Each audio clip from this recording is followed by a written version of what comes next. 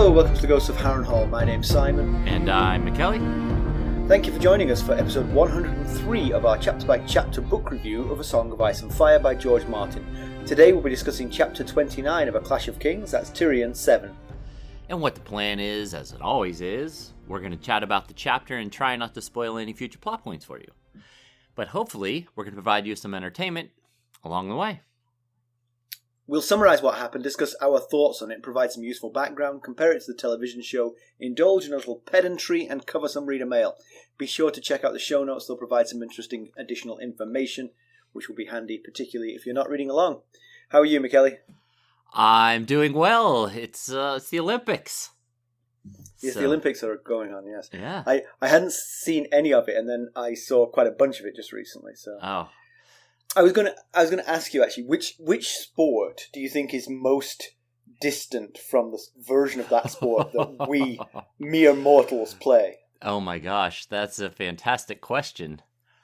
You see, let me give you a counterexample. Soccer. Soccer is recognizably what soccer is. I mean, I play soccer. Right. I admit I'm not as good as the people who play at the Olympics, but it's clearly soccer, what we're doing. But there are clearly sports where there is a gulf. I mean, not just a gulf, but like, sort of like an entirely different mindset between what they're doing and what we would do. Yes, that's a good point. Yeah, well, I'll tell you from Molly's perspective, she thinks it's swimming. It's swimming, yeah. We were watching Katie the Decky last night win the gold in the 800-meter free, and she was just like, I want to go as fast as she does. How does anyone humanly swim that long, that fast? But what did you have in mind? The two that really struck me were the volleyball, because you and I played a little volleyball. I had that thought just now, actually, as well. Yeah, the volleyball is absolutely incredible. I mean, the power and the they look like they're on stilts or trampolines or something. It is amazing. Molly's really big into volleyball right now because she's watching this anime show that's about a volleyball team. And she has had me watch one episode. I did not understand that that's what anime is about. Like the facial expressions they get, like when things happen, are incredibly over the top and stuff. And I was like, what is happening? And she's like, oh, that's just part of anime. But so she's super into it. So we've been watching a lot of the volleyball around the house lately. The other one I was going to mention was table tennis. Oh, goodness. Yes. The women's final of the table tennis between two Chinese ladies was I was just watching it. I was just like, it's inhuman what they're doing. You just could not get that back. They stand so far away. Right. Oh my goodness. I have what I would call a ping pong table right outside this door here next to the room I'm in, and we've played, but we stand about maybe 6 inches to a foot away from the edge of the table. Their feet back there. Yeah, it is amazing. Yeah, truly amazing. Yeah. I also really enjoyed. I have a bit of a bee in my bonnet about the quality of the coverage here. My favourite bit of commentary so far was during I think they played to 4 games in the table tennis. Okay. And I think the score was like 3-2. And so it was 2 Chinese ladies. And the commentator said, a Chinese gold is the expectation. I'm like... I can imagine saying that in round 1, but like this close to the end, it was like it feels like an absolute certainty at this point. Yeah? Maybe they could both get disqualified or something. But the other one I just wanted to mention, and this one, obviously, weightlifting doesn't really qualify because weightlifting is, it's clearly what people who do weightlifting in a gym do. It's the same thing. Sure. Just the numbers are higher, Right, yeah, and yeah. The one that I watched a woman from Taiwan or Taipei win the gold in the under 59 kilograms section. So she's under 130 pounds for you. Okay, good. I appreciate the conversion. And she successfully clean and jerked 293 pounds over her head, 133 kilograms. Wow. Yeah. And those numbers are so big, I was like, I couldn't really think about what those numbers were. So I tried to sort of convert it into something that I would understand. And I've never lifted weights, so I have no idea what I could lift. But I can imagine a scenario in which I train and get stronger and fitter, and at the end of that, I could do clean and jerk of like 100 pounds. I think it would be hard. I think it would be really like the maximum, and I'm talking about theoretical, because I've definitely never done it, but I think that's not inconceivable. Now, go on, correct me if I'm wrong. No, I don't know. I mean, I do primarily just weight train. I don't do much cardio, but I don't do clean and jerk, so I don't really know how it converts. But what do you think you could do? I mean, because you do some weights, so you know, if you were to do that and you've got a little bit of training on technique, what do you think you could do? Gosh, I have no idea. I don't think I could do nearly 300 pounds because clean and jerk, you lift that and then you gotta put it over to your head. chest and then put it over your head. Exactly. I could probably, if I worked at it for a while, get over 200 pounds, but I don't know. Okay, good. So my 100 is not ridiculous. I mean, that's within my realm of possibility. Yes. I definitely couldn't do it today, I'm sure of that, but I think I could get it. Okay, so then I started thinking about what this now I'm going to use an adjective that's somewhat derogatory, but she's a little lady. She's not a big human being. Yeah, you said she weighed 130 pounds. That's the maximum she can weigh. So if I were to do my theoretical, never done, maximum clean and jerk, and held that thing over my head, she could come up beneath me and lift me and my weight above her head. Solid point. She could put you up like a cheerleader, you know. I was like, be the top of the pyramid. It blew my mind. That is pretty amazing. Grief. Yeah.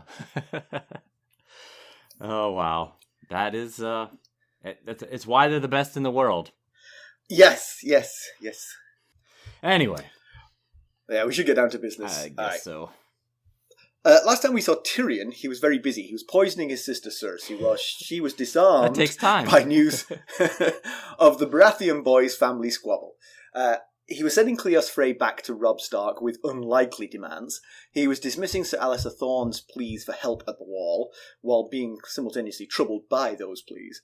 And lastly, he was taking that rat Pycelle into custody for betraying his trust to Cersei. All right, why don't we give them the summary of this one? Okay, summary that I haven't read ahead of time, so this is going to go smoothly, I'm sure. All right. So now they know who's responsible for this. You know? If there's any mistakes, they know it's mine. Podrick tells Tyrion that Lancel is waiting for the hand. It's past midnight, so Tyrion assumes that his sister is hoping to catch him napping, but Tyrion works half the night. He musses his hair and feigns bleariness to fool the foolish Lancel. The 16-year-old is haughty and rude to his older cousin. Tyrion pities him, though. He's a puppet being used, and he doesn't know it. Cersei's demands are that Pycelle be released, and Jacelyn Bywater arrested for refusing to do the Queen Regent's bidding. Tyrion is pleased about the latter, showing that Bywater was probably told to release Pycelle, but refused. Tyrion punctures Lancel's bravura by asking if his knighthood was for his part in the murder of the king or for bedding the Queen. Lancel tries to bluster, but Tyrion threatens to take both of these things to the new king. Lancel crumbles and confirms that it was Cersei who gave him instructions to soak the king in wine on the boar hunt, not him. It wasn't his idea. He didn't put up much of a fight there, did he? No. But honestly, having laid that out, you know, I mean, I know this is part of the discussion, but you murdered his father and now you're sleeping with his mother. That's, I mean, you don't have to be Joffrey to fly off the handle of this news, I would feel. Good point. When you put it that way, Lancel begs for mercy and Tyrion provides an out. Work for Tyrion and your secret remains safe. A drowning man will clutch to anything, and Lancel rapidly turns his coat. Lancel leaves, and Tyrion muses that it's good that Kevin has other sons, because Lancel most certainly won't survive should Jaime return to King's Landing. If Jaime doesn't kill him from jealousy, then Cersei probably would, to prevent Jaime from finding out. Tyrion sends Pod to rouse Bronn and have 2 horses prepared.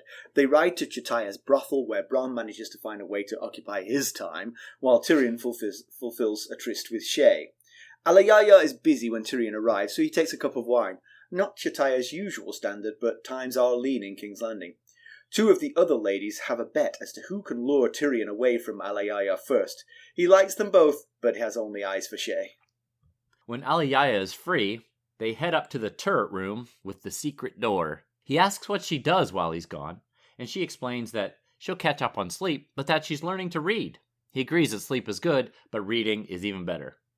He rides alone to Shae's manse, hearing some drunken singing in the city. He's reminded of Tysha, who sang to him. He's still, after years, stung by the revelation that she was just a paid whore. At Shae's, he's met by the ghastly collection of guards, hand-picked not to tempt Shae's eye, but to keep her safe. It occurs to Tyrion that he's more hideous than any of the guards, but he dismisses that thought. Within, Shae is asleep naked. He realises that he's finally able to forget about Tysha because he's found someone else to fill the void, Shae. He makes love to her while she barely wakes. Afterwards, she tells him she had a wonderful dream. Tyrion thinks that the whole thing, the murder, the intrigue, the whole game, is real and not a dream, and he's at the centre of it, and he loves it. And her. But note, he only thinks that. He doesn't tell Shae. Right, yes. It's something of a non-event compared to recent Tyrion chapters. I mean, they've been jam-packed with stuff, but this one's kind of like in some respects, actually, and partly because I spoiled this in TV stuff, we already knew that Lancel was working for Tyrion from the TV show, so this is kind of just a sort of slightly different sequence, and it all kind of makes sense that, that Tyrion needs a spy in Cersei's quarters. Right. Lancel's the perfect patsy. Yes. Yeah. It's really... I had forgotten where this chapter was, and when we finished Bran, because Bran was not exactly the most action-packed chapter either, I thought, well, we've got a Tyrion chapter coming up. He'll give us a lot of good info, and then I got to it, and I was like, oh, this one, okay. I do think it's important that we check in on Shae, though, because, I mean, it's important that Tyrion falls in love with her. That's a important narrative arc going on. And if we never heard from her, I mean, his visits to her are kind of like, yeah, okay, we get it. He's going to go there and do what he does, but we don't really need to read about it. But we have to be reminded of it. Otherwise, you'd forget she was there, and you'd forget. Solid point. Yeah. That Tyrion genuinely is in love with her. Yeah, that's a good point. It definitely has a purpose. Yeah. So chronologically, Cersei, we discover, is back in good health. If you remember, Tyrion poisoned her with a vial that he took from Pycelle's room, which he put in her wine, which meant she was stuck in the toilet for a few days. Yes. Well, at least one day, I think, was what we decided. Yeah,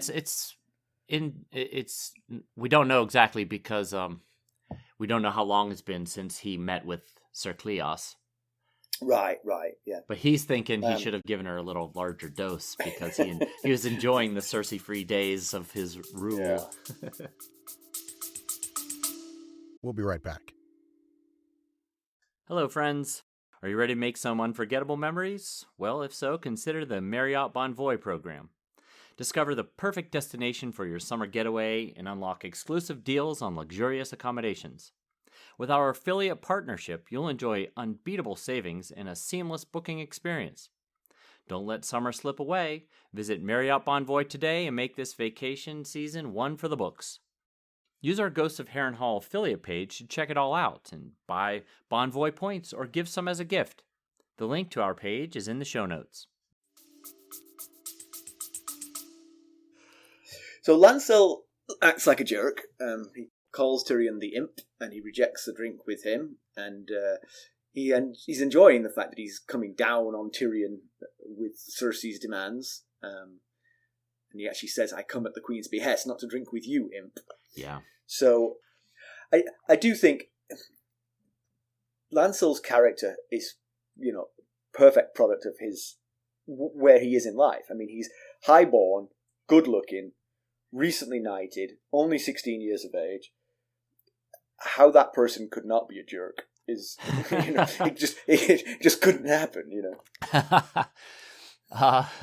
Yeah, I take your meaning. There, Rob's not a jerk, and he probably fits.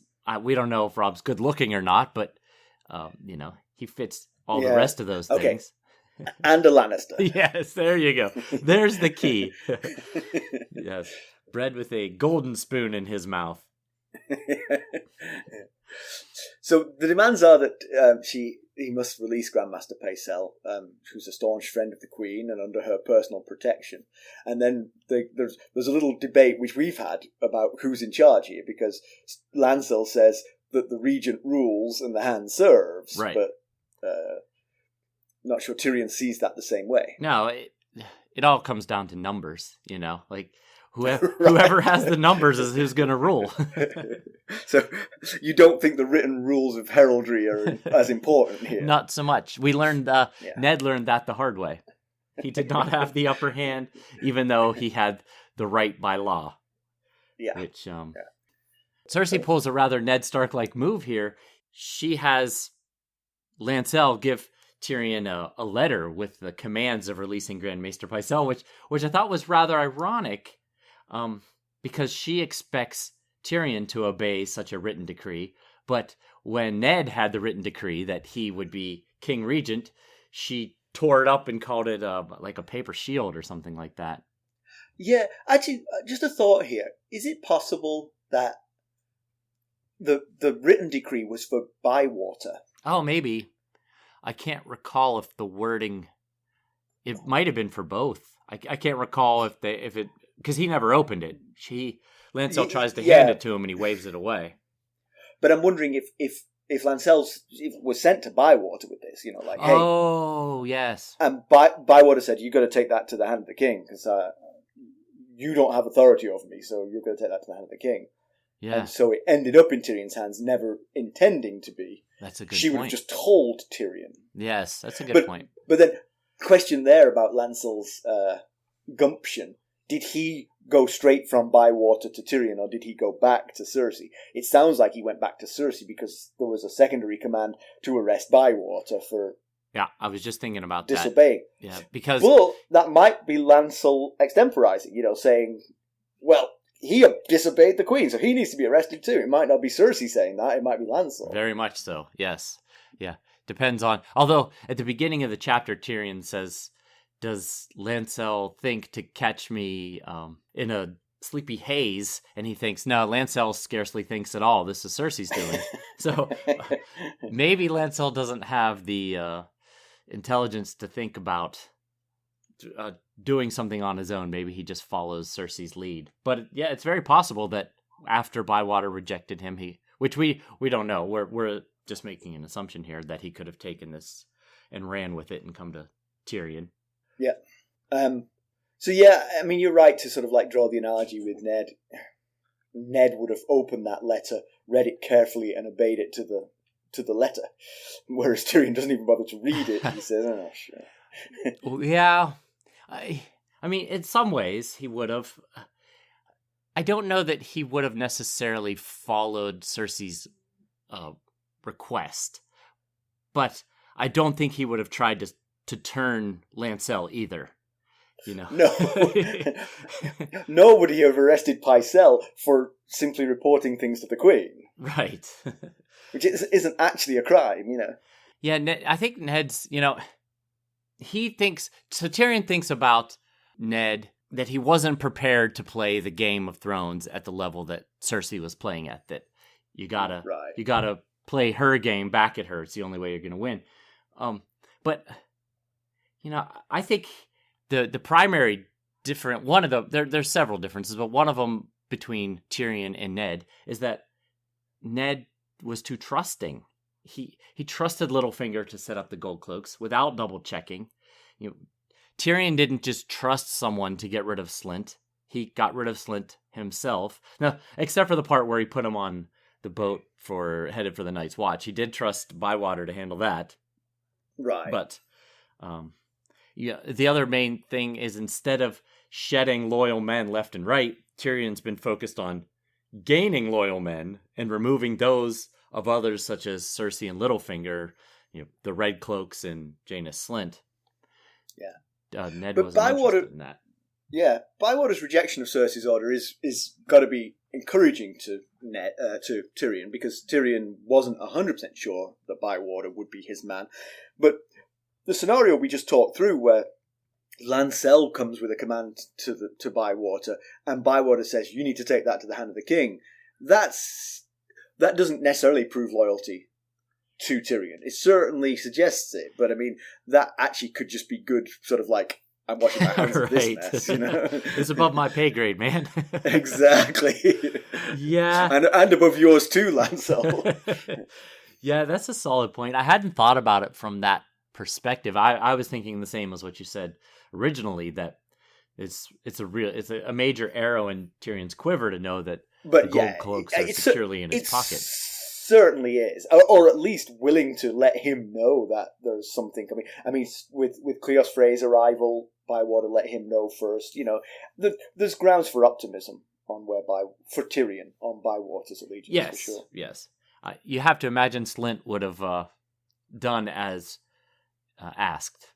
Even when even as Littlefinger's man, he still seemed very high on pleasing the Lannisters. So right. Well, if you're going to be a Team Lannister, then do what the Lannisters say. Good point. Yeah. So Tyrion asks Lancel, "Did Cersei have you knighted before or after she took you into her bed?" And Lancel doesn't immediately respond, but there's a flicker in his eyes, which is enough to give Tyrion the info that he needs, that the rumor that he heard from Varys is correct. So we didn't know this. We didn't know. Well, did you mention it in the comparison to the TV show that there was a sexual relationship going on here? I can't remember. I don't think I had mentioned it, no, because that scene, although that scene is in the past now in the TV show, it didn't have anything relevant to the book, so it didn't, you know. Yeah. There's scenes in the TV show that I never mentioned in comparison to the TV show because they're added. Right. They're not derived from the chapters, so I don't think I mentioned it, Okay. but it has happened at this point. We'll be right back. This episode is sponsored by Audible. To get a free audiobook, or 2 if you're an Amazon Prime member, go to our exclusive URL, audibletrial.com/ghostsharrenhal. You can find the link in our show notes. Okay. Yeah, because, I mean, we've seen Lancel around Cersei a lot in various scenes, including last chapter when he was serenading her in her bedroom before Tyrion poisoned her, but now we know that there was a sexual relationship going on here. And you got to wonder if she promised such favors, like sexual favors, to Lancel if he killed Robert, or if she used her sexual prowess to get him to do what she wanted. I'm going to reject both of those ideas in favour of the next thing that Lancel says, because Lancel says, Tywin told me to do exactly what Cersei ordered. Right, that's the other option. Yeah, I think she ordered him to, well, I mean, he admits this later on. She ordered me to give Robert the strong wine on the boar hunt, and I'm thinking she ordered him to her bed as well. Yeah, so you're thinking that it was not actual using her feminine persuasion to control Lancel. She just wanted a poor copy of Jaime, as Tyrion thinks. A poor copy of Jaime is better than nothing in her bed at all. Yeah, I mean, does she need to sleep with a guy to get loyalty? No, she does not. The way she gets loyalty is by being genuinely scary and threatening. Good point. I think this is all her. This is all her wishes. I wondered if, as Robert Squire, if Lancel had any reservations about killing his own king, or if he's just truly a Lannister and he was in there knowing he's not really Robert Squire. He's more of just a Lannister. Well, if I'm Lancel, my conscience is clear. I'm just providing him the wine. Right. The boar killed him. I mean, yeah, he shouldn't have drunk that much, but I was told to help him drink that much. He could have said no any time, and he's the king. Good point. I couldn't have forced it down his throat. So I sleep at night if I'm Lancel because of that. Yeah, that's a solid point. Yeah. So Tyrion thinks that Varys was right. So when he sees the flicker in Lancel's eyes, he thinks Varys is right, and it seems like he and Varys are working pretty closely together on some things, because Varys is also the one that hired Shae's guards.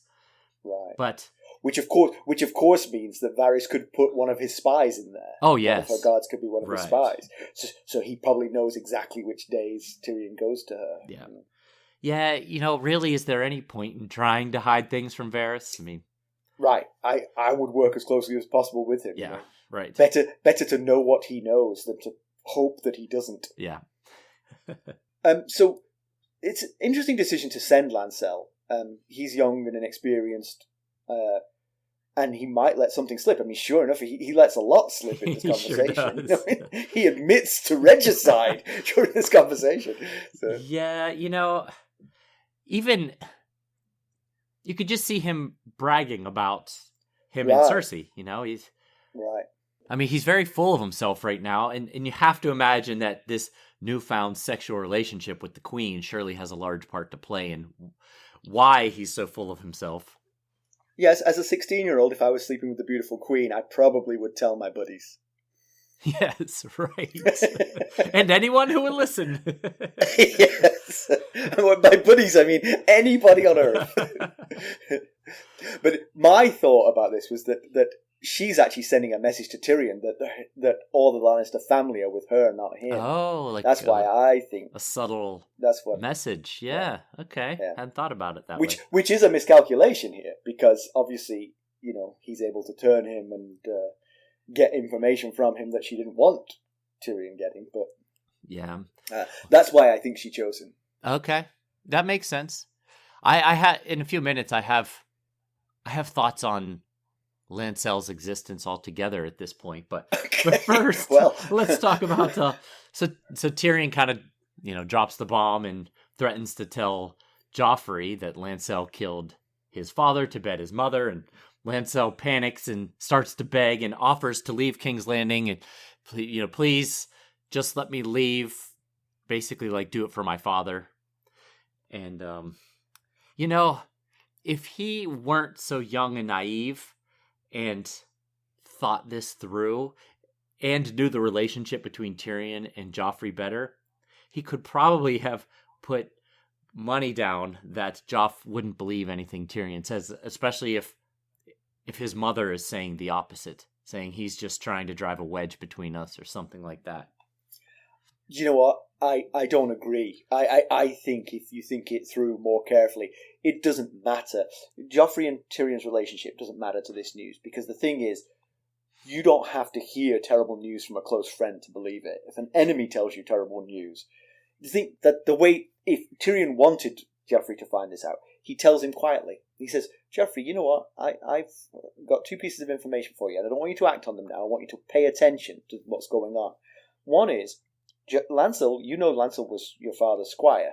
He intentionally plied him with too much wine on the day of the boar hunt to kill him. And do you know why he did that? He did that because he wanted to sleep with your mother. You keep your eye on them and see if you don't think that's going on. And Joffrey would reach his own conclusions. And doesn't matter that Tyrion's his enemy. He'd be like, you know what? I see it. Do you think Joffrey has the intelligence and patience to do that, though, without just lashing out and bringing his mother to his chambers immediately? Now that goes to the relationship between Tyrion and Joffrey. Because if Tyrion just goes up to them and broadly announces it, then Cersei and Lancel go into denial mode and Joffrey sides with them. Right. So you got to do it subtly. Now, you are relying on Joffrey being subtle, but Joffrey would be predisposed to not believe that.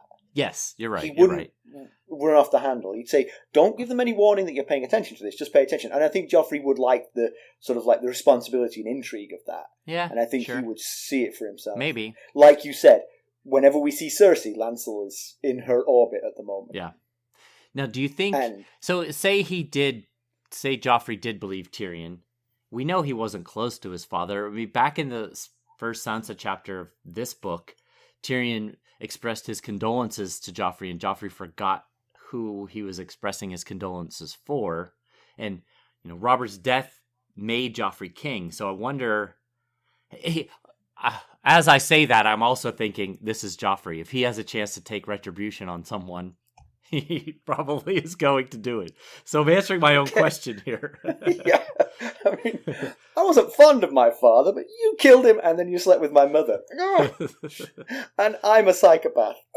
Yeah. How I see does where this end? is heading. Yeah, you're right.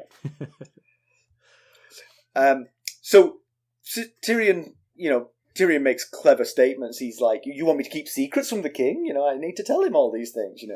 And Lancel, basically begs for his life, and so Tyrion gives it to him. He says, "Well, stay close to her, keep her trust, but tell me everything she's doing, who she's meeting, what she's saying. I want all that information." And that is a trump card right there. Yes. No, but what do you do if you're Lancel? Do you betray Cersei for Tyrion, like your job is now to do, or do you go back to Cersei and tell her Tyrion knows and he's got me spying for you? Coercing me into spying, yeah. That second one is actually a very good idea. I think Lancel is too much of an idiot to think of it. I think he will just... he's just a pawn. Right. He isn't going to come up with that himself. But actually, it's very smart. If you go back to her and tell her that, she can use you appropriately. Right. Okay, well, I'm going to feed him all the wrong information then. Except Cersei is not subtle enough to do that. Because Cersei would feed him stupidly wrong information, and Tyrion would smell it a mile away. Possibly, yeah. Although I do question Tyrion using the info that he gives Lancel here. He says to Lancel, "Go back to Cersei. Tell her you frightened me. Tell her I don't want any more strife between the two of us. I will consult her before I do anything else." And I thought, that's so out of character for Tyrion. That might be over the top info for him to bring to her. I wholeheartedly agree.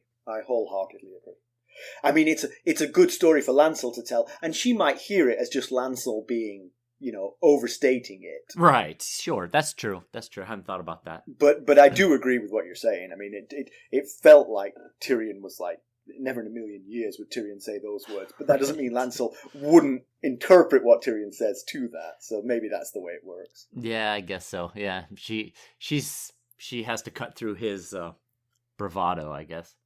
But yeah. So Tyrion kind of sweetens the pot a little bit and offers a silver lining and says, if you play your part correctly, being a knight is nothing. There could be a lordship in it for you, Lancel. And I recalled another up-jumped man offered a lordship recently, and that didn't work out so well for Lord Jaina Lancel. If Lancel thought about the comparison with himself and Slint, he would think, "Well, I'm his cousin and a Lannister. Yes, I should get a lordship anyway. Slint was low-born and a butcher's son. Yes, he gets nothing." Right. I had that same thought. I mean, Lancel is the oldest son of Kevin Lannister. He's going to end up with a lordship regardless, almost certainly, as long as he survives this. Right. He did mention fleeing, and that probably is still an option here. But honestly, I think at 16, living in King's Landing, sleeping with the Queen, life's pretty cushy, even if you are spying for Tyrion, Right, yeah. I think things could be worse. You could be in the black cells like Pycelle. Right. Well, or living rough as a hedge knight. True. Yeah, you might be ultimately have a longer life expectancy in that role, though. In this situation, possibly. But he probably doesn't see the danger to his life. He's like, "Oh, I'm in the middle of all these intrigues. It's so exciting." Yes, yeah, and he's young, so like we've talked about in recent previous episodes, when you're young, you think you're pretty invincible. So he probably doesn't realize quite how dangerous the situation he's in here. So I want you to take the next part because I want to answer it. Okay. Because this is your comment about the decision to give Pycelle to Cersei. Okay. So Tyrion does agree to release Pycelle, which is one of the two demands that Cersei has laid upon him, which does give credence to Lancel coming back to her and saying, all these things. I scared him. Yeah, because he does release Pycelle. But my question is it wise to give Pycelle to Cersei? Is he is it just a harmless thing to do, or is he making a mistake here? We know he's focused on setting Cersei up, so allowing this is part of that illusion. But is it ultimately a wise thing to do in the long run? Yeah, well, you can expand on that if you want, but I have a straight answer to this. Okay, imagine you're playing chess, right? When you're first learning chess, if you move a pawn to attack a knight, you hope that the other person doesn't notice that you're attacking that knight. Okay? That's sort of like base level chess. You're like, ooh, maybe he won't see it and I'll get that knight. Okay? But at any level of chess, the person is going to notice it. You moved your pawn and now it's attacking the knight. They're going to move the knight. They're going to protect the knight. Uh-huh. But at the higher level of chess, you're attacking that knight not because you think you're going to capture it, but because you think that in order to save that knight, your opponent is going to weaken their position. Right. I get you. And that's what Pycelle always was here to Tyrion. He doesn't care whether Pycelle lives or dies, whether Pycelle's on the small council or not. He wanted to know who Cersei's spy was. Got it. It's Pycelle. And secondly, he wants to weaken Cersei's position by her response to his threat on Pycelle. And that's exactly what's happened. By sending Lancel with this information, he's turned Lancel. Now he's got a spy in her ranks, and that's because he captured Pycelle. He's giving Pycelle back. He doesn't care. Yeah. He doesn't care one iota. I agree. All that makes perfect sense, and I agree that he doesn't care that he's releasing Pycelle. And it at some level, it explains why he reacted so harshly to Pycelle's being in Cersei's camp, because we were like, but you're a Lannister and he's working for the Lannisters. Right. So that explanation, what you just described there, explains possibly why he reacted the way he did and threw him in the black cells. But what I'm thinking of is Pycelle's been around for a long time, and he's still probably loyal to the Lannisters, but likely not so much Tyrion anymore.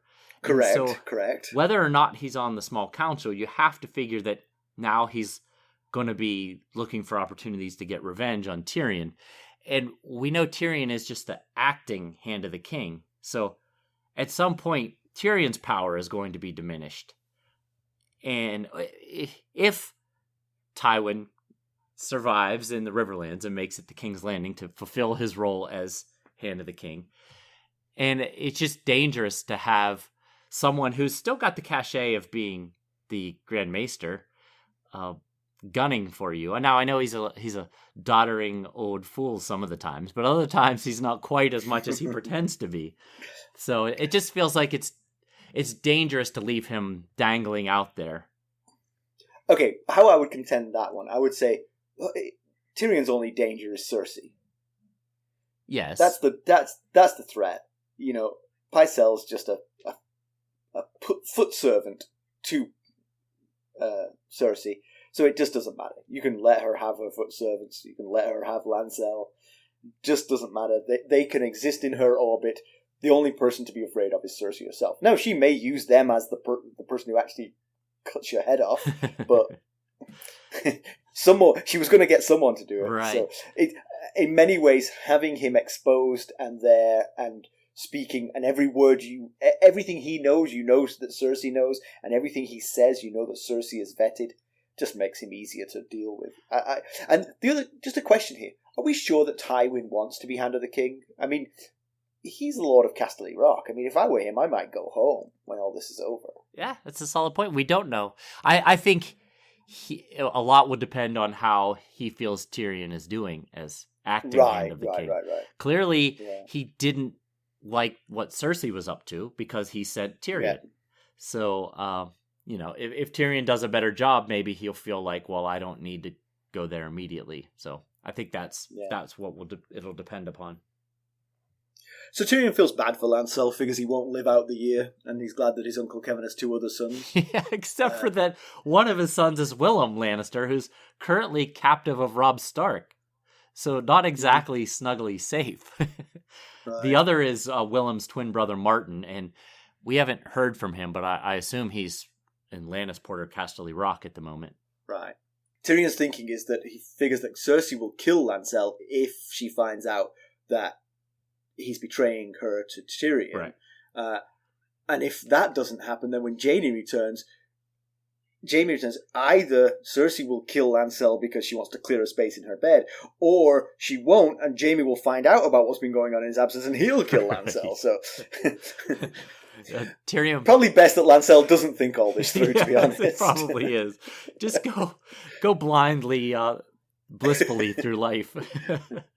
But so this is where I'll bring up my thoughts on Lancel still existing in the first place. Now, we know that he knows her role in killing of the king. He literally just rolled on her, like with very, very little. No fingernails were pulled out or anything. Just the threat of telling Joffrey, and he spilled his guts about all this. So, he's young and brash and naive, and it just feels dangerous letting him walk around the Red Keep. And so, yeah, I mean, I wouldn't put it past her to have taken him out so that there's no direct link back to between the strong wine being given to Robert and her. But my argument there is, so when would he tell anyone this news? Maybe if Joffrey sort of like had him on the rack, he might say, I did give him too much wine, but I was being told to by your mother. Be like, I don't believe you. Yeah, well, that's very possible. You're an idiot squire who gave him too much wine, and for that you die, There's not a big plot here. My mother loved my father. Yeah, that's possible. It just seems like it would be easy to cover your bases. In many ways, though, this goes to the haziness of that plan. If that plan was a little bit more certain to work, right, then her culpability becomes higher, and therefore her need to silence Lancel becomes higher. Yeah, I see what you're saying. He plied him with wine. Right. Maybe she argues, if this comes out, she says, actually, I got this really good wine. It was delicious, and I knew that Robert would love it. And so I told Lancel, yeah, give him that wine. Yeah. I didn't realize it was strong. Yeah, that's true. Yeah. Robert loves drinking wine. And right. I mean, it was a friendly thing to do. Now, if Lancel had, shot him with arrows, and she'd put poison on the tips of those arrows, that's a harder one to get rid of. He gave him wine. I knew that he loved arrows and poison. Yeah. Yeah, you got a point. I hadn't really thought about it from how weak, how gray of a plan it was to just use the wine. Right, and that's why that's what's going to keep Lancel alive, because there's just, even if he were to crumble and tell the whole world, it just wouldn't matter. It just wouldn't matter. No one would listen. No one would believe. And even if everyone believed, they'd be just like, it's still an accident. Yeah. Yeah. Good point. All right. I will concede why she's keeping him alive for the moment. Yeah, he's not safe. He's not out of the woods. Right. If she finds out he's betrayed her, or Jaime comes back, he's in big trouble. Right. So Tyrion starts to think about the former hands of the kings and how honest and noble they were, and Cersei devours them with her game, and now they're dead. I mean, he's thinking of both Jon Arryn and Ned Stark. So Tyrion still seems to think that Cersei has a role in Jon Arryn's death, and we've had a couple of contradictory, well, not contradictory, but opposite pieces of information to that. Pycelle said she had no role in it. Right. And we've had reason to question her involvement in Jon Arryn's death several times. Most notably when she would not admit to it to Ned Stark, when she was confessing to incest and all kinds of things. Right. She denied being involved in Jon Arryn's death. So, yeah, so you can see now why. Tyrion doesn't necessarily know that. Tyrion wasn't privy to that conversation. Right. So we have more information than Tyrion. True. That's true.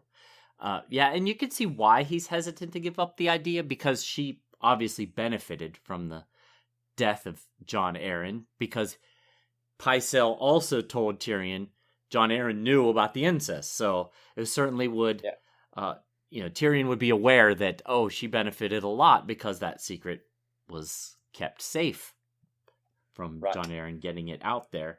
Right. But I don't think we're to the bottom of that mystery, because because she didn't admit to it, and she had the opportunity to admit to it, and her inhibitions were down. I agree.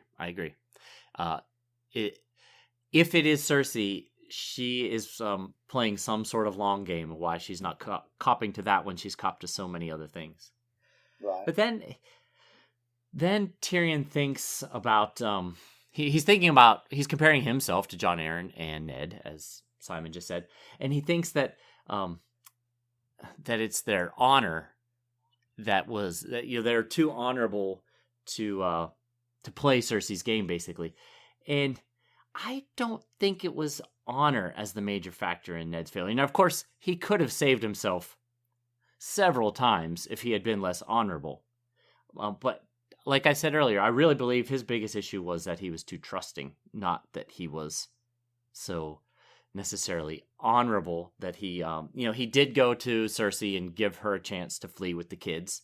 That was very honorable, but ultimately he wasn't fact-checking. He was believing people. He believed when Littlefinger said, yeah, don't worry, we've got the gold cloaks in our pocket. Wink, wink. Finger guns. Yeah. Yeah, you can be honourable without being that trusting. I mean, they are in many ways two sides of the same coin, but in some ways. But you can definitely say, let's verify this stuff. Let's not just believe it. Yeah, right. It's true. But he also Tyrion also compares himself to Ned and Jon Arryn in the fact that they're dead and he's never felt more alive. So I'm sure it feels good to finally use his intellect for such a significantly greater purpose and to finally get respect for those abilities instead of being mocked for his inadequacies.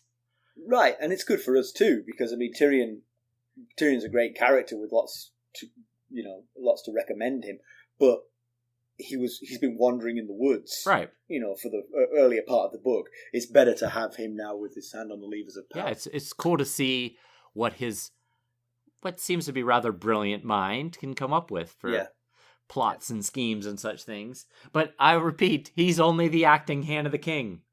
It's assumed that at some point Tywin will return, and we've not seen Tyrion make... I know he's got much more pressing matters than how to retain his power, but we've not seen him make any plans that will keep him in power. And I think that goes back to what you were asking earlier, that I think maybe his plan is to impress his father, so that either when his father returns to King's Landing, maybe he will instill Tyrion at Casterly Rock, or his father will say, you know what, you're doing such a great job, just keep doing what you're doing. Yeah, there's basically two of them and two jobs. Yes. There's being Lord of Casterly Rock and being Hand of the King. Yeah. So, yeah. Now, we know how Tywin feels about Tyrion, and it's not great. So I'm sure that might factor in some way. But if he's doing an excellent job here in King's Landing, I feel like it's the best he can do to try and prove to his father that he is capable. Yep. So Tyrion and Bronn head off to Chataya's brothel, where they're not serving the quality of wine they used to. You can't get the good stuff. And Tyrion sort of says neither can he anymore. Yeah, So. War with the Reach has its drawbacks. But I was thinking, maybe a pinky finger of one of the red wine twins delivered by a raven might get the Lannisters as many casks of Arbor Gold as they desire. Thank you, Joffrey. Tyrion has a conversation with Chataya, and as she walks away, he sort of admires her dignity and her elegance, and thinks that it's uncommon in a madam or a prostitute. But then he also thinks that she sees her job as more like a priestess than a madam. And then that sort of brings him to the sort of like, wonders if that might be the secret to life. It's not what you're doing, it's the why you're doing it. Yeah. Even a horrible job like being a prostitute, if you are doing it because you think you have a higher calling to it, it can make it more than just tolerable. It can make it, a vocation, a joy in some way. That's a fantastic philosophy to take in life. Figure out the whys of doing things. I mean, I'm not recommending prostitution, let's be clear. But if you do it with a smile on your face and a song in your heart.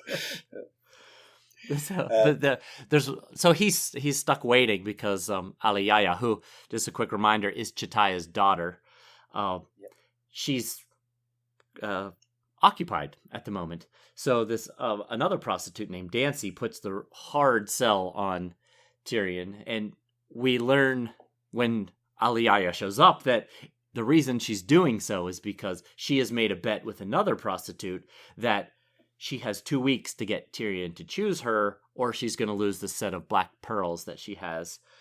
And Tyrion feels bad about that, but I think maybe the underlying point there is that others are noticing that Tyrion is here a lot in this brothel and always chooses Aliyaya.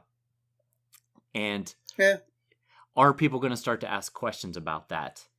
Yeah, and then that makes me wonder, is it bringing danger to Aliyaya? Right, sure. Because people might think he's got a fondness for her that he actually has for Shae, right, and might try to use her as a leverage against him. Yeah, certainly. She certainly spends a lot of time with him, it would appear. So it would at very least might be prudent to check into her and try and get some information from her. Yeah, it'd be good if he could change which prostitute he goes up to the turret room with, but of course then that shares his secret, because they would notice if he disappeared for 8 hours. They might. Probably. On the ride from the brothel to Shae's house, he hears music, he hears singing, and this reminds him of Tysha, his first wife. That's, if you remember, he and Jaime saved her from brigands, that he married her. Tywin find out, had her gang raped, and the marriage annulled. She's haunted him half his life, but he feels like he doesn't need her anymore because he's got Shae. Yeah. I know that matters of the heart will trump matters of the head in a lot of instances, but he's just lacking some foresight here. I mean, what's his long game with Shae? He can't sit down and say logically that he can continue to be in this power position and deal with these high matters of state and marry a prostitute. And at some point, even if Tywin doesn't come back to King's Landing and take over as Hand of the King, even if he goes to Casterly Rock, at some point he's going to want Tyrion to marry just for political reasons. Yeah, and it just seems like the. But maybe you're right. Maybe the out here is that when Tywin comes and strips Tyrion of his role, Tyrion's free to do whatever he wants, and he marries Shae and goes to live happily ever after somewhere else. Washes his hands of all this. Maybe. I think they'd probably have to go to Essos, though, because I don't think Tywin... Possibly. I don't think Tywin's going to condone him marrying a prostitute. But Tywin will die one day, and Tywin's the real problem here. Well, I mean, honestly, everybody around him is a real problem here, because everybody wants leverage over him, and Shae is a definite way of getting leverage over him. But if Tywin dies, then at least the command to not marry her and not to take her with him is gone, and he could keep her as like a permanent concubine, even if he has to marry politically. Yeah, I guess it depends on what his level of power is at that point. Yeah. So, anyway, it just feels like... clearly he's in love with Shae. He mentions that he's in love with Shae at the end of this chapter. But I could see that as being very problematic for his long-term goals. Yeah. So the chapter ends with Tyrion contemplating that all of this is real, not a dream. The wars, the intrigues, the great bloody game of it, and him right at the centre. He loves it, and he loves his girl. Yeah, he's... This last line makes me think the whole point of this chapter was that in this chapter we see two men really... feeling like they had things going. They were clicking on all cylinders, and one of which was brought back to Earth, being Lancel, was brought back to Earth by Tyrion, and the other he's on top of the world. I mean, he's doing really well. He's got everything he's ever wanted at this moment, and he's enjoying it. what goes up often must come back down. So, how long will he continue to have everything going his way? At some point, the Baratheons might actually attack the city. Maybe that might change things. Or his father might come to King's Landing and take his role as Hand of the King and leave Tyrion with nothing again. Or maybe he'll be given a spot on the small council. We'll see, I guess. But I feel like that was the point of the chapter, was that last sentence. Yeah. Right now, everything is going Tyrion's way. Yeah. Given the nature of George Martin, can only be foreshadowing of doom. What? All right, what background do you have for us? Well, background was a little tough this week, as there wasn't a whole lot to go on here. But I thought we'd focus on the Hand of the King thing. So Tyrion is the current Hand of the King, or acting Hand of the King anyway, to Joffrey Baratheon. Or I guess technically we know he's truly Joffrey Lannister. But anyway, the very first Hand of the King was also a Baratheon, Orys Baratheon, and he was thought to be Aegon the Conqueror's closest and truest friend. Although it's pretty much taken as an open secret that Orys was actually Aegon's bastard half-brother, a son of Aerion Targaryen. However, there's not even so much as rumors regarding the specifics of Orys's parentage in regards to who his mother is, or whether she was just a random fling or a product of first night rights or something more than that. But Orys was raised to Hand of the King after Aegon... Presumably on some level she must have been a Baratheon, otherwise how the hell did... Oh, no, but she must have been married to a Baratheon. I mean, how else did this kid get called Baratheon? That's a very good point. Maybe he just gave her that name. If her father was a Targaryen and her mother was a nobody, then... How do you get the last name Baratheon? That's a good point. I don't know the answer to that. I have to look that up. See if the... Presumably, his official father was a Baratheon. Yeah, I guess so. Although not biological, apparently. Yeah, I've never heard talk of any other possible father. Maybe he came up with this last name himself. Maybe that's it. Yes. What do you want to call yourself? Baratheon? Anyway, Orys was raised to Hand of the King after Aegon's coronation at Aegon Fort, which was the precursor to the Red Keep. And Orys was a veteran of Aegon's War of the Conquest, leading the ground troops against House Durrandon in the Stormlands. He was involved in the First Dornish War, but taken captive and ransomed. However, before being returned to Aegon, the Dornish had the sword hand of all their captives removed. So this caused Orys to resign as Hand of the King, saying, "The king's hand should have a hand. I will not have men speaking of the king's stump." Interesting. All right, comparison with the television show. Sorry about this. I totally spoiled all this last time I was talking about Tyrion and Lancel.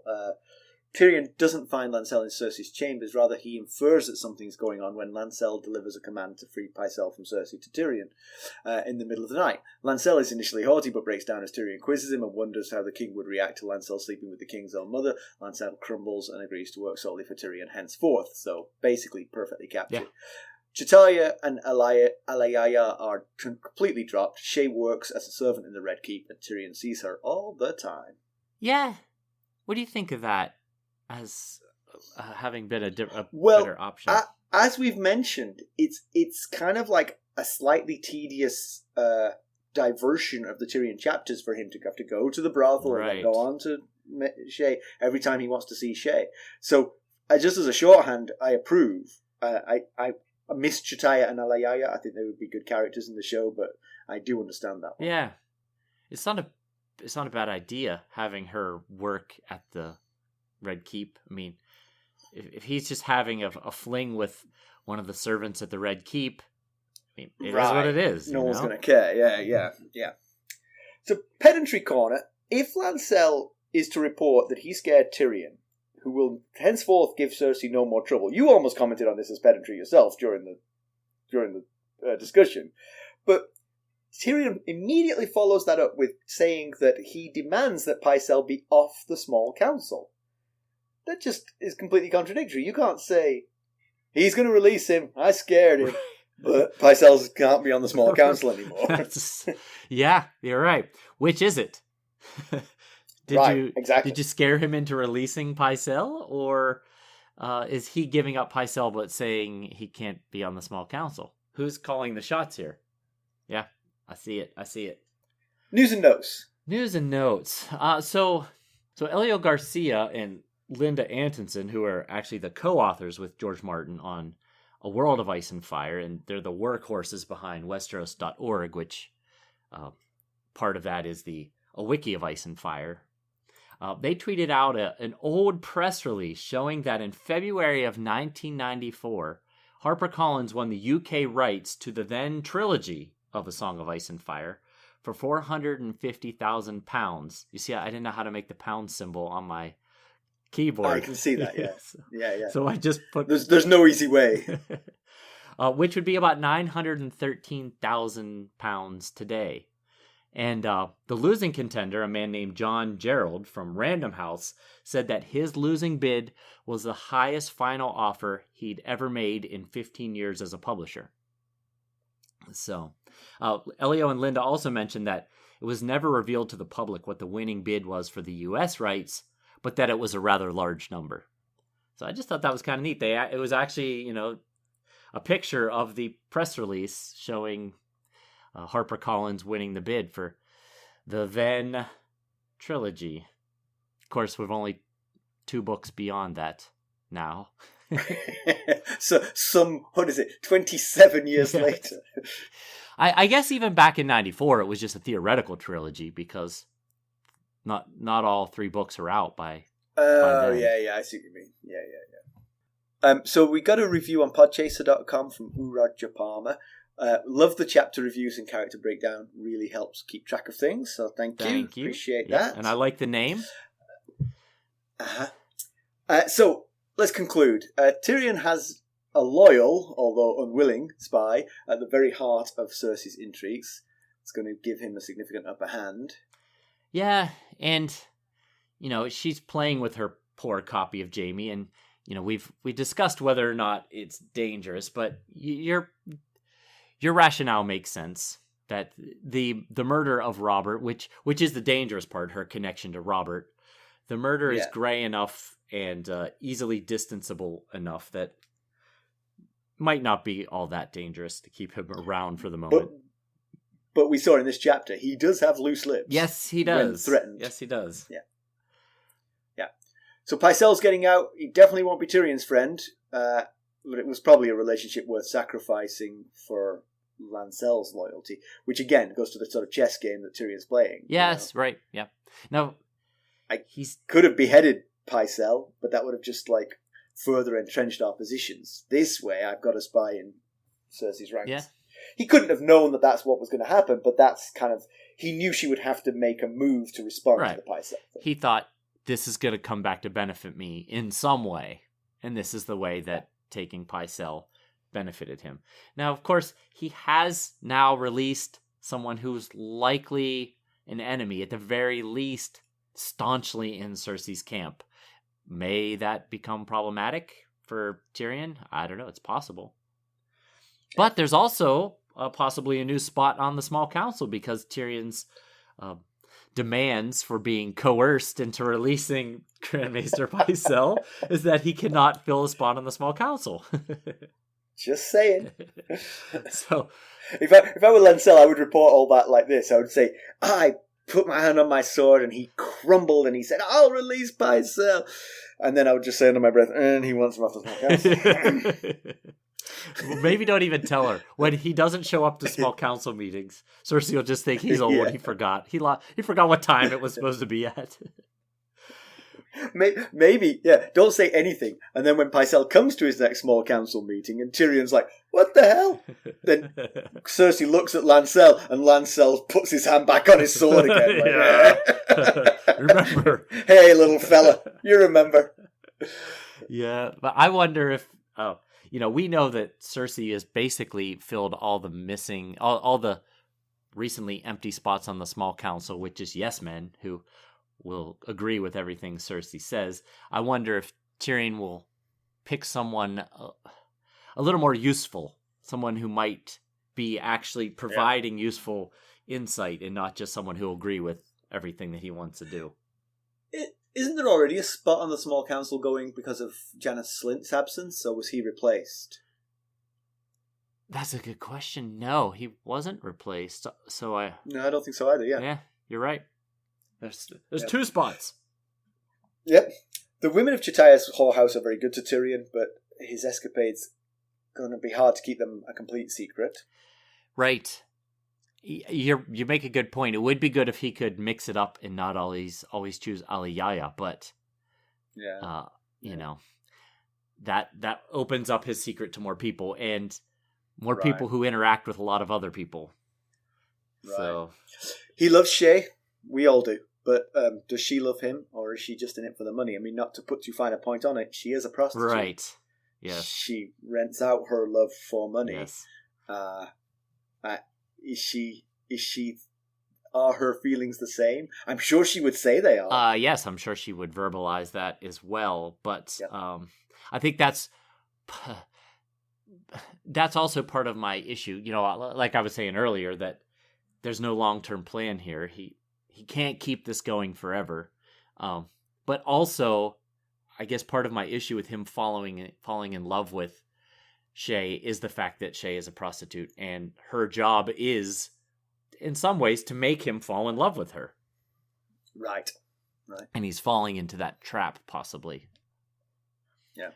But of course, I mean, it may be that she really loves him. He's a likable kind of guy in some ways, and he's her ticket out of this life. And so she could well truly be in love with him. Yes, you're right. I had not thought about it from that perspective. Yeah, that's a possibility as well. So Tyrion thinks he's found his calling, and you know, it's a temporary role, and he's got growing enemies on all sides, but he is doing well right now. I mean, you know, things are going his way, and he's definitely feeling that. Yeah. The one thing I would say is that I don't think his enemies are truly growing.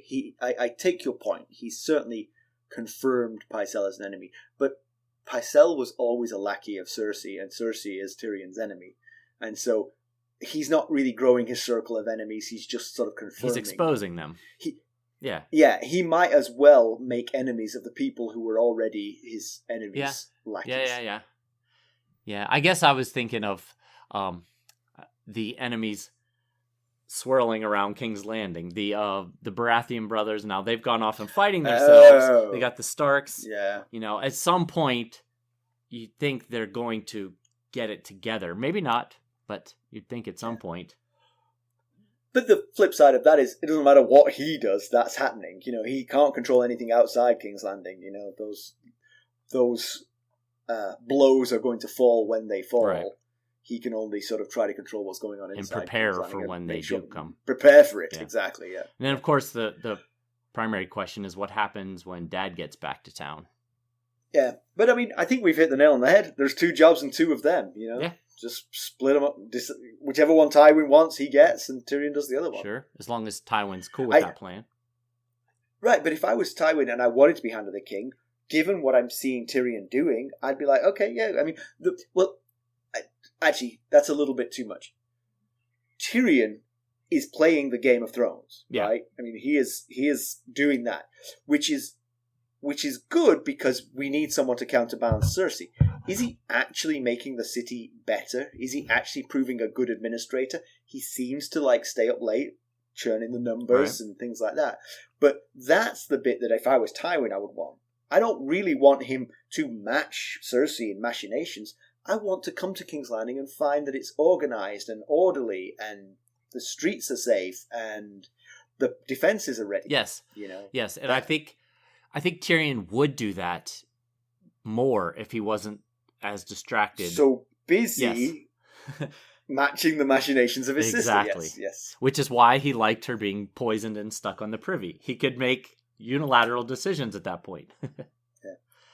Oh, just one last thing before we leave this. Right at the start of this chapter, when Tyrion is disturbed by Podrick and told that Lancel's here, he uses a thing called the guard robe. Yeah. Did you notice that I word? did. And I had to look it up because I wasn't sure. Basically, it's a toilet cut out in the wall of a castle, and you do your business down it, and it just rolls on down the walls of the castle. Better than nothing. Probably a little nasty in the long term. Okay. But the day... So I read this chapter for the first time, I don't know, about a week ago. Well, not for the first time ever. For the first time for this. And the next day I was reading another book, and it had the same word in the chapter that I read that day. Get out. I am not joking. It absolutely did. Huh. This is the second time that's happened to you. I believe that has happened on a different thing, yeah. I often have that. When I'm reading multiple books, I often have strange coincidences between them. Yeah. See? Growing your vocabulary. These things do happen. One chapter at a time. Yeah. All right. As always, you can reach us at ghost.harrenhall@gmail.com and follow us on Twitter at @GhostHarrenhall. We're on Facebook, Instagram, YouTube, and Discord. Well, Mackelly is, let's be honest. We do have fun on the Discord server, so I do urge you to go out and come hang out with us out there. Oh, on the subject of social things, our listener Rob in the UK sent us a wedding photo, so congratulations to Rob. Yes, Rob and Andrea, congratulations. Those were amazing. Yes. I appreciate you sending us those photos. It was really cool to see. Yeah. And if you wouldn't all mind going out and leaving us a 5-star rate and a glowing review, we certainly would appreciate it. And if you do, we very well might read it in a future episode. Definitely will. All right, thanks for listening. Thanks. Bye. Bye.